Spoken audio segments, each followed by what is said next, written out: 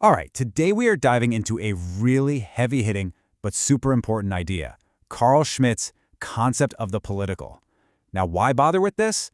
Well, honestly, because it offers a powerful and pretty unsettling lens to understand the conflicts that have defined our world for the last 100 years or so. So let's kick things off with a question we've all probably asked at some point. What is politics, really? I mean, when you strip away all the noise, all the talking points, what's left at its very core? You know, the usual answers pop up right away. It's about morality, right? Doing the right thing. Or maybe it's all just economics. Who gets what? Or, sure, it's about law, or maybe it's just a raw struggle for power. And these all make sense, but for Carl Schmitt, they completely miss the mark. He says politics has its own unique, standalone logic.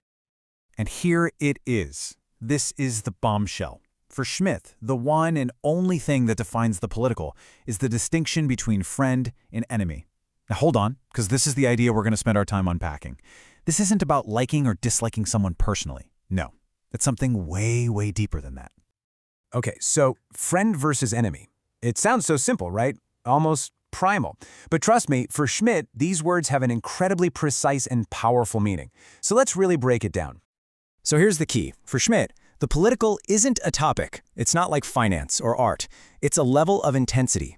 See, any human conflict, no matter what it's about, becomes political the moment it gets so intense that people start grouping themselves into an us and a them, a friend group and an enemy group. And this is absolutely crucial to get. This distinction exists all on its own. Your political enemy doesn't have to be a bad person, morally evil. They don't have to be ugly. Heck, it might even be good business to trade with them. All those things, morality, aesthetics, economics, are totally separate categories. The political enemy is simply the other. And that brings us to another huge point. For Schmitt, this whole concept of an enemy has nothing to do with personal feelings. It's not about some guy you don't like at work. It is entirely public and existential. The enemy is someone who is, in their very being, different from you. Their entire way of life, their existence itself, is seen as a kind of negation of your own. And that otherness is so intense that it creates the real possibility of a fight. A conflict so deep that no rulebook or neutral referee can ever solve it. To make this crystal clear, Schmitt uses two different Latin words, which is pretty helpful. You have the Inimicus. That's your private rival, a competitor in business, maybe someone you just personally can't stand. But then there's the Hostis. That is the public enemy, a whole group, a collective that stands against your entire group. And Schmitt argues this distinction is totally critical for understanding things like ethics. He claims that when the Bible says love your enemies, it's talking about the Inimicus, your personal rival. He says it's not a political command to just roll over and surrender your entire existence to the Hostis, the public foe who threatens your whole way of life.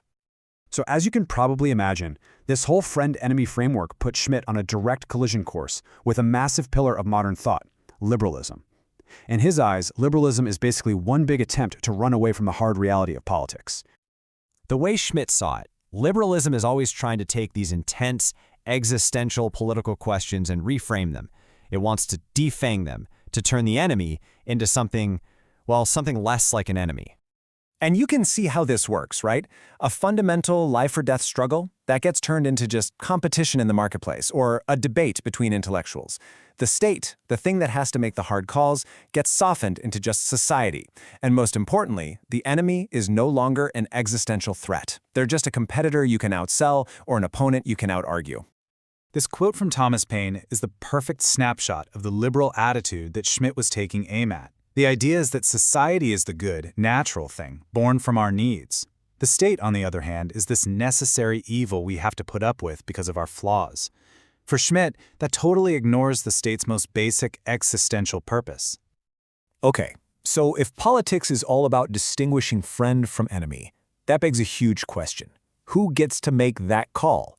And this leads us right into Schmitt's famous or infamous theory of sovereignty. For Schmitt, the answer is simple: the state. The state is the institution that has the final say. It's the one entity that can officially identify the public enemy and decide that, yes, a conflict is necessary to preserve its way of life. That decision is its ultimate power. This power, this right to decide, has a name: the jus belli, or the right to wage war. And this is the most serious power you can possibly imagine. It's the state's ability to ask its own people to make the ultimate sacrifice, to kill and be killed, and to take the lives of those it has named the enemy. This, right here, is the fundamental bargain of the state. It's Latin, but the deal is simple. I protect, therefore I obligate.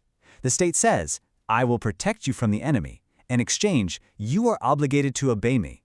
For Schmitt, this relationship of protection and obedience is the very definition of a state.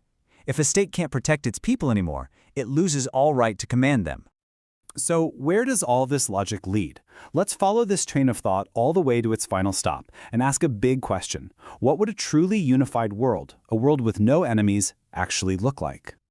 Well, according to his own logic, a true world state is basically a contradiction. It can't exist.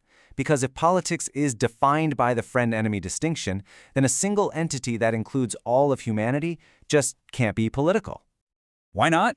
Well, the reason goes right back to the very core of his argument. To be a political entity, you have to have the possibility of an enemy.